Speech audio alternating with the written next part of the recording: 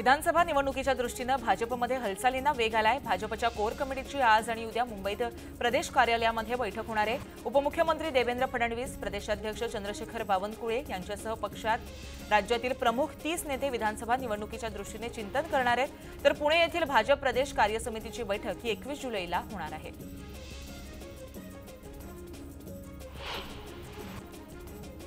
पुण्यातील ठाकरे गटाच्या पदाधिकाऱ्यांची आज शिवसेना भवनामध्ये बैठक बोलावण्यात आली आहे। पुणे लोकसभा, शिरूर लोकसभा, मावळ आणि बारामती लोकसभेतील पदाधिकारी या बैठकीला उपस्थित राहणार आहेत। खासदार संजय राऊत आणि पुणे जिल्ह्याचे संपर्क प्रमुख सचिन अहेर यांच्या नेतृत्वाखाली ही बैठक पार पडेल।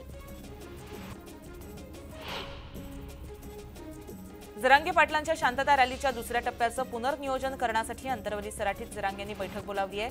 यावेळेस मोठ्या प्रमाणात मराठा आंदोलक येण्याची शक्यता आहे।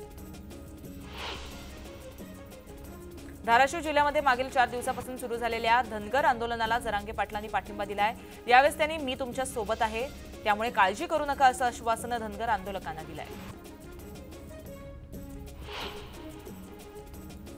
देशात गेल्या वर्षभरामध्ये म्हणजेच 2023 मध्ये तब्बल 16 लाख मुलांचं लसीकरण करण्यात आलं नसल्याची धक्कादायक माहिती WHO आणि युनिसेफच्या संयुक्त अहवालातून उघड झाली आहे। तर कमी लसीकरण चीन या 20व्या स्थानावर आहे, तर पाकिस्तान हा 10व्या स्थानावर आहे। उपमुख्यमंत्री देवेंद्र फडणवीस यांच्या कार्यालयातील वैद्यकीय मदत कक्षाकडून राज्यातील 468 धर्मदाय रुग्णालयामधील 12,000हून अधिक खाटा आणि गरीब रुग्णांसाठी उपलब्ध करून देण्यात येत असून त्यांच्यावरती मोफत उपचार होत आहेत। गेल्या 5 महिन्यांमध्ये कर्करोग उपचार, यकृत, मूत्रपिंड, बोन मॅरो प्रत्यारोपण यासह महत्त्वाच्या शस्त्रक्रिया आणि गंभीर रुग्णांवरती उपचार करून 258 रुग्णांना जीवनदान मिळालंय। या रुग्णांना 17 कोटी 69 लाखांचे उपचार मोफत आणि सवलतीच्या दरात उपलब्ध झाले आहेत। छत्रपती शिवाजी महाराजांची वाघनखं लंडनच्या व्हिक्टोरिया अँड अल्बर्ट म्युझियममधून आज विशेष विमानानं मुंबईत आणण्यात आली आहेत। आता ही वाघनखं सातारा येथील छत्रपती शिवाजी महाराज पुरातन वस्तू संग्रहालयामध्ये ठेवण्यात येणार आहेत। या निमित्तानं उद्या सातारा इथं विशेष सोहळा पार पडेल। डोंबिवली आणि टिटवाळा या दोन्ही शहरातील अंतर कमी करण्यासाठी कल्याण रिंग रोड प्रकल्पाची उभारणी करण्यात आली आहे। या प्रकल्पाच्या एकूण 8 टप्प्यापैकी टप्पा 4 आणि 7 अशा 4 टप्प्यांचं काम आता पूर्ण झालं असून रस्ता वाहतुकीसाठी खुला करण्यात आलाय। तर उर्वरित टप्प्यांचं काम देखील जलद गतीनं पूर्ण करण्यासाठी MMRDA आणि कल्याण डोंबिवली महानगरपालिकेच्या वतीनं वेगानं हालचाली सुरू झाल्या आहेत। घाटकोपर जाहिरात फलक दुर्घटना प्रकरणात 22 संशयित व्यवहारांच्या नोंदीबाबत गुन्हे दाखल करून तपास सध्या करण्यात आलाय। त्यासाठी व्यावसायिक अर्शद खान याला पुन्हा चौकशीसाठी बोलवण्यात येणार आहे। या 22 व्यवहारांमधून 80 लाख रुपये देण्यात आले असून त्याची तपासणी सध्या गुन्हे शाखा करते। घाटकोपर येथील दुर्घटनेच्या पार्श्वभूमीवरती सर्वोच्च न्यायालयानं रेल्वेला धारेवर धरलं। त्यानंतर पश्चिम रेल्वेच्या मुंबई विभागानं 40x40 पेक्षा मोठ्या आकाराच्या होर्डिंग्ज लावलेल्या जाहिरातदारांना होर्डिंग्जचा आकार लहान करण्याच्या सूचना केल्या आहेत। मुख्यमंत्री लाडकी बहीण योजनेसाठी नागपुरामध्ये 84,884 अर्ज करण्यात आले आहेत। नागपूर महानगरपालिकेच्या प्रभागनिहाय अर्ज स्वीकृती केंद्रामध्ये सुट्टीच्या दिवशी हे अर्ज स्वीकारले जातात। येत्या रक्षाबंधनपर्यंत या सर्व महिलांना पैसे मिळणार आहेत। ठाणे जिल्ह्यातील 161 आदिवासी पाड्यांवरती दळणवळणासाठी रस्ताच नसल्यानं आजही गाव रस्त्याच्या प्रतीक्षेमध्ये आहे। जिल्ह्यातील गावपाड्यांच्या जोड रस्त्याचा प्रस्ताव शासनाकडून पाठवून देखील अद्याप त्याच्यावर मंजुरी मिळालेली नाहीये, त्यामुळे ग्रामस्थ त्रस्त आहेत। भूमी अभिलेख विभागाचे ऑनलाईन पोर्टल तांत्रिकदृष्ट्या अद्ययावत करण्यात येणार आहे। त्यामुळे 19 ते 22 जुलै दरम्यान विभागाची सर्व पोर्टल बंद राहणार आहेत। त्यामुळे 3 दिवसांच्या काळामध्ये 7/12 उतारा, मिळकत पत्रिका डाउनलोड करता येणार नाहीये। एडिस डासांमुळे होणाऱ्या झिका विषाणूंचा पश्चिम महाराष्ट्रामध्ये वेगानं प्रसार होत असून रुग्णांची संख्या ही आता 28 वर पोहोचली आहे। या पार्श्वभूमीवरती खडबडून जागे झालेल्या आरोग्य विभागानं रुग्ण आढळलेल्या 3 ते 5 किलोमीटर परिसरामध्ये स्क्रीनिंग करण्यास सुरुवात केली असून संशयित रुग्णांच्या रक्ताचे नमुने हे पुण्यातील NIV प्रयोगशाळेमध्ये तपासणीसाठी पाठवण्यात येत आहेत। कर्करोग रुग्णांच्या उपचारासाठी मुंबईतील वांद्रे इथल्या स्वतंत्र रुग्णालय बांधण्याचे प्रस्तावित असून त्यासाठी आता मुंबई महानगरपालिकेनं पावले उचलायला सुरुवात केली आहे। हे 165 खाटांचं रुग्णालय बांधण्यासाठी कंत्राटदाराची निवड करण्यात आली असून 3 वर्षात रुग्णालय सुरू करण्याचे नियोजन करण्यात आले आहे। यासाठी 213 कोटी रुपये खर्च येणार आहे। राज्याच्या वैद्यकीय शिक्षण विभागानं अवयवदान आणि प्रत्यारोपण या संदर्भात सर्वंकष धोरण आणण्याचा निर्णय घेतलाय। त्याबाबतचा प्रस्ताव लवकरच मंत्रिमंडळापुढे ठेवण्यात येणार असल्याची माहिती मिळतेय।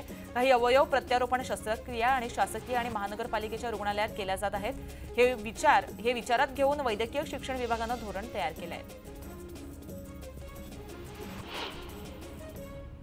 कृषी अभ्यासक्रमाच्या विद्यार्थ्यांना अर्ज भरताना येणाऱ्या अडचणींच्या पार्श्वभूमीवर प्रवेशाला मुदतवाढ देण्याचा निर्णय राज्य सामायिक प्रवेश परीक्षा कक्षाने घेतलाय। त्यामुळे 22 जुलैपर्यंत अर्ज सादर करता येतील। तर प्रवेशाची पहिली गुणवत्ता यादी ही 4 ऑगस्टला जाहीर होणार आहे। धाराशिव जिल्ह्यामध्ये शाळा सुरू होऊन महिना उलटला तरीही रोज शाळेत लागणारी पुस्तकं ही जिल्हा परिषदेतील विद्यार्थ्यांना मिळालेली नाहीयेत। 22,000 पुस्तकांचे संच मिळालेच नसल्यानं विद्यार्थ्यांचं शैक्षणिक नुकसान होत आहे। मुंबई महानगरपालिकेच्या प्रमुख 4 रुग्णालयातील निवासी डॉक्टर संघटनेनं प्रलंबित मागण्यांसाठी 22 जुलैपासून सामूहिक रजेवर जाण्याचा इशारा दिला होता। त्याची गंभीर दखल घेत निवासी डॉक्टरांच्या विद्यावेतनात 10,000 वाढ करण्याचा निर्णय घेण्यात आला आहे। नवी मुंबई अंमली पदार्थ विरोधी पथकानं पनवेल सायन मार्गावरती मोठी कारवाई केली आहे। एका कारमधून तब्बल 2,80,00,000 ड्रग्ज जप्त करण्यात आले। या प्रकरणात पोलिसांनी दोघांना ताब्यात घेतलंय। बदलापूर पूर्वेच्या कात्रप चौकात असलेल्या एका शोरूममध्ये 25 लाख रुपयांच्या घड्याळांची चोरी करण्यात आली आहे। सकाळी दुकान मालक दुकान उघडण्यासाठी आल्यानंतर त्यांना चोरी झाल्याचं लक्षात आलं।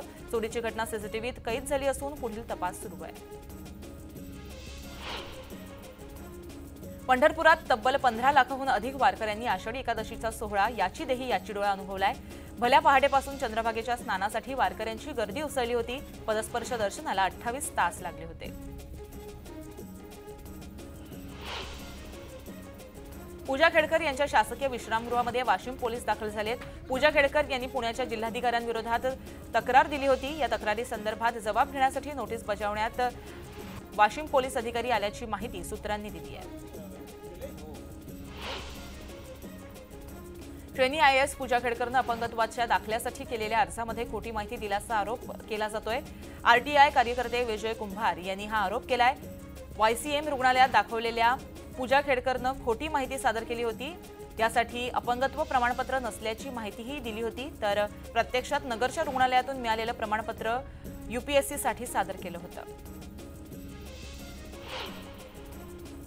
पूजा खेडकर प्रकरणी गडबड झाल्याचं स्पष्टीकरण छगन भुजबळ यांनी दिलंय। अशा प्रकारांमुळे महाराष्ट्राची बदनामी होत असून प्रामाणिक विद्यार्थ्यांचं नुकसान होतंय। त्यामुळे या प्रकरणाची गांभीर्यानं दखल घेण्याची गरज असल्याचं म्हणत सुप्रिया सुळेंचं म्हणणं बरोबर आहे असं भुजबळ म्हणाले।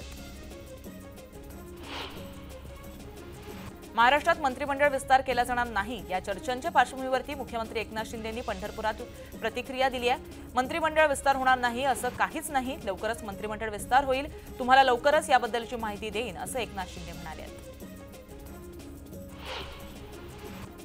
राज्याचे दोन्ही उपमुख्यमंत्री गडचिरोली दौऱ्यावर जाताना पावसाळी ढगांमुळे त्यांचं हेलिकॉप्टर भरकटलं होतं। मात्र पायलटनं प्रसंगावधान राखत सुखरूपपणे हेलिकॉप्टर लँड केलं। यावेळी हेलिकॉप्टरमध्ये देवेंद्र फडणवीस, अजित पवार, त्याचबरोबर उद्योग मंत्री उदय सामंत आणि पार्थ पवार देखील उपस्थित होते। गडचिरोलीतील भाषण देत असताना अजित पवारांनी हेलिकॉप्टरचं उड्डाण केल्यानंतर पोटात गोळा आल्याचा प्रसंग सांगितला। हेलिकॉप्टर ढगात शिरलं तेव्हा माझ्या पोटामध्ये गोळा आला। मी इकडे तिकडे पाहत होतो, सर्व घाबरून जात होते। मात्र देवेंद्र फडणवीस निवांत होते। मी हेलिकॉप्टरला असलो तर कधी काही होत नाही असं म्हटल्यामुळे अजित पवारांनी मोठ्या प्रमाणात हशा पिकवलाय। गडचिरोलीच्या सुरजाडगडमधील इस्पात प्रायव्हेट या कंपनीनं अहेरी तालुक्यातील वडलापेठमध्ये 350 एकर जागेवरती 10,000 कोटी रुपयांचा स्टील प्रकल्प उभारलाय। उपमुख्यमंत्री देवेंद्र फडणवीस आणि अजित पवार यांच्या हस्ते या प्रकल्पाचं भूमिपूजन पार पडलंय।